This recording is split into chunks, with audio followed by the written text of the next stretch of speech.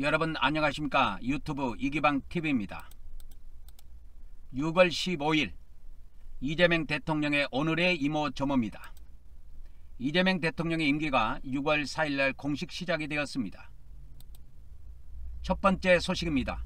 이재명 대통령이 대북 전단 살포 예방 및 사후 처벌 대책을 지시했다는 내용입니다. 이재명 대통령은 14일 대북 전단 살포와 관련해 예방 및 사후 처벌 대책을 마련하라고 관련 부처에 지시했습니다. 대통령실은 이날 새벽 강화도에서 민간단체가 북한으로 전단을 살포한 사실을 확인했다고 밝혔습니다. 정부는 이러한 행위가 접경지역 주민의 안전을 위협하고 한반도 긴장을 고조시킬 수 있다며 엄정 대응 방침을 재확인했습니다. 대북 전단을 살포한 단체와 개인에 대해서는 관련 법령 위반 여부를 조사해 엄중 조처할 계획입니다. 오는 16일에는 통일부 주관으로 유관부처 회의를 열어 종합대책을 논의합니다. 두 번째 소식입니다. 이재명 대통령이 G7 정상회의 참석자 내일 출국합니다. 이재명 대통령은 G7 정상회의 참석을 위해 내일 캐나다로 출국합니다. 이번 회의는 한국이 돌아왔다는 메시지를 국제사회에 전하는 첫 공식 외교 무대가 될 전망입니다. 위성락 국가안보실장은 G7 참석을 통해 멈췄던 정상 외교가 재가동될 것이라고 강조했습니다. 이재명 대통령은 G7 회원국 및 초청국 정상들과 회담을 갖고 관세 등 현안을 논의할 계획입니다. 16일에는 캐나다 주최 공식 일정에 참석하고 17일에는 G7 정상들과 세션 및 양자회담을 진행할 예정입니다. 18일 밤 귀국 예정이며 정부는 이번 외교가 기업 활동과 경제 회복에도 기여할 것으로 기대하고 있습니다. 한편 이재명 대통령은 페이스북을 통해 중단된 남북 대화 채널을 신속히 복구하겠다는 입장을 밝혔습니다. 6.15 공동선언 25주년을 맞아 군사적 긴장을 완화하고 평화적 분위기를 조성하겠다고 밝혔습니다. 이재명 정부 출범으로 증시가 불장이라는 소식입니다. 상장주 5개 중에 1개꼴로 신고가를 갱신하고 있다는 소식입니다. 6월 들어 전체 상장 주식의 약 17%인 444개의 종목이 52주 신고가를 기록했으며 이는 이재명 정부 출범에 따른 정책 기대감이 주가를 끌어올린 영향으로 분석됩니다. 특히 증권사, 지주회사, 신재생에너지, 남북경협, 지역화폐 관련 종목들이 강세를 보였습니다.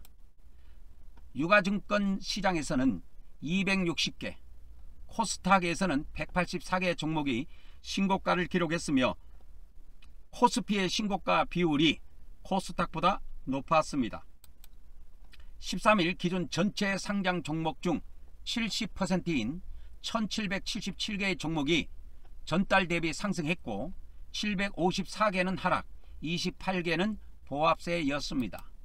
증권가는 하반기에도 증시 강세가 이어질 것으로 기대하면서도 정책 수요주 내 순환매 가능성을 언급했습니다.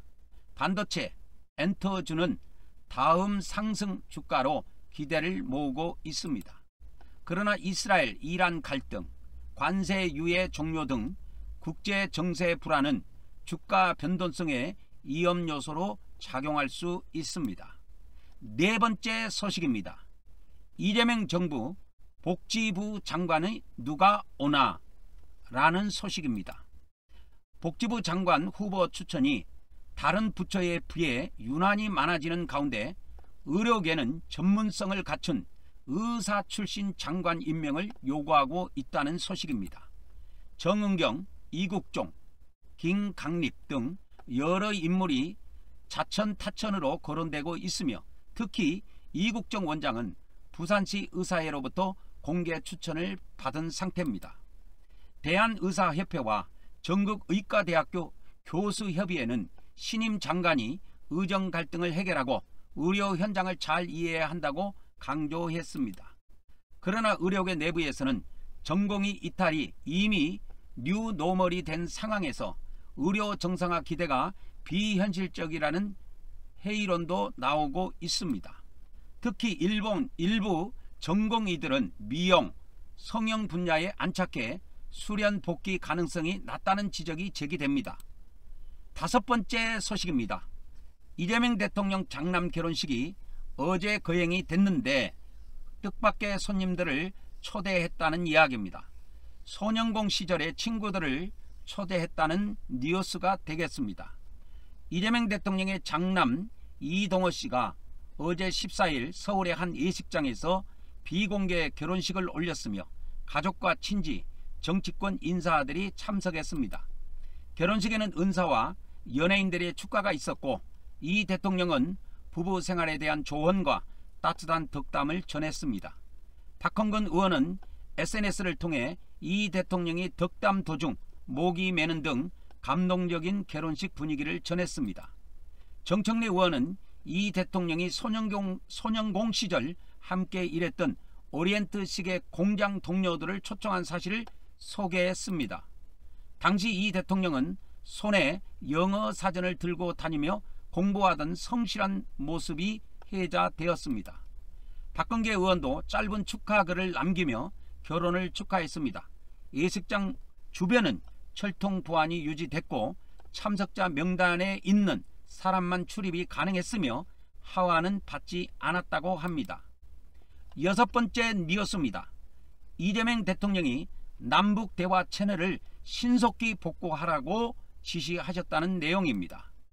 이재명 대통령은 6.15 남북 공동선언 25주년을 맞아 남북 대화 채널을 신속히 복구하고 위기관리 체계를 복원하겠다고 밝혔습니다. 이재명 대통령은 페이스북을 통해 소모적 적대 행위를 멈추고 대화와 협력을 재개하겠다는 의지를 표명했습니다. 6.15 공동선언이 남북 화해와 협력의 새 시대를 연 역사적 사건이었다고 평가했습니다. 그러나 최근 한반도가 다시 냉각기로 돌아간 데 대해 깊은 우려를 나타냈습니다. 평화가 무너지면 경제, 안보, 국민 일상이 모두 위협받는다고 강조하며 평화가 곧 경제임을 상기시켰습니다. 이재명 대통령은 잃어버린 평화를 되찾아 한반도 리스크를 한반도 프레임으로 바꾸자고 제안했습니다. 끝으로 한반도 평화 공존 시대를 열기 위해 혼신의 힘을 다하겠다고 다짐했습니다. 일곱 번째입니다. 땡큐 이재명. 윤석열 때 안 오던 중국인이 다시 한국을 많이 찾고 있다는 내용입니다. 홍콩 SCMP는 한국의 정치적 안정으로 중국인의 한국 여행 예약이 증가하고 있다고 보도했습니다.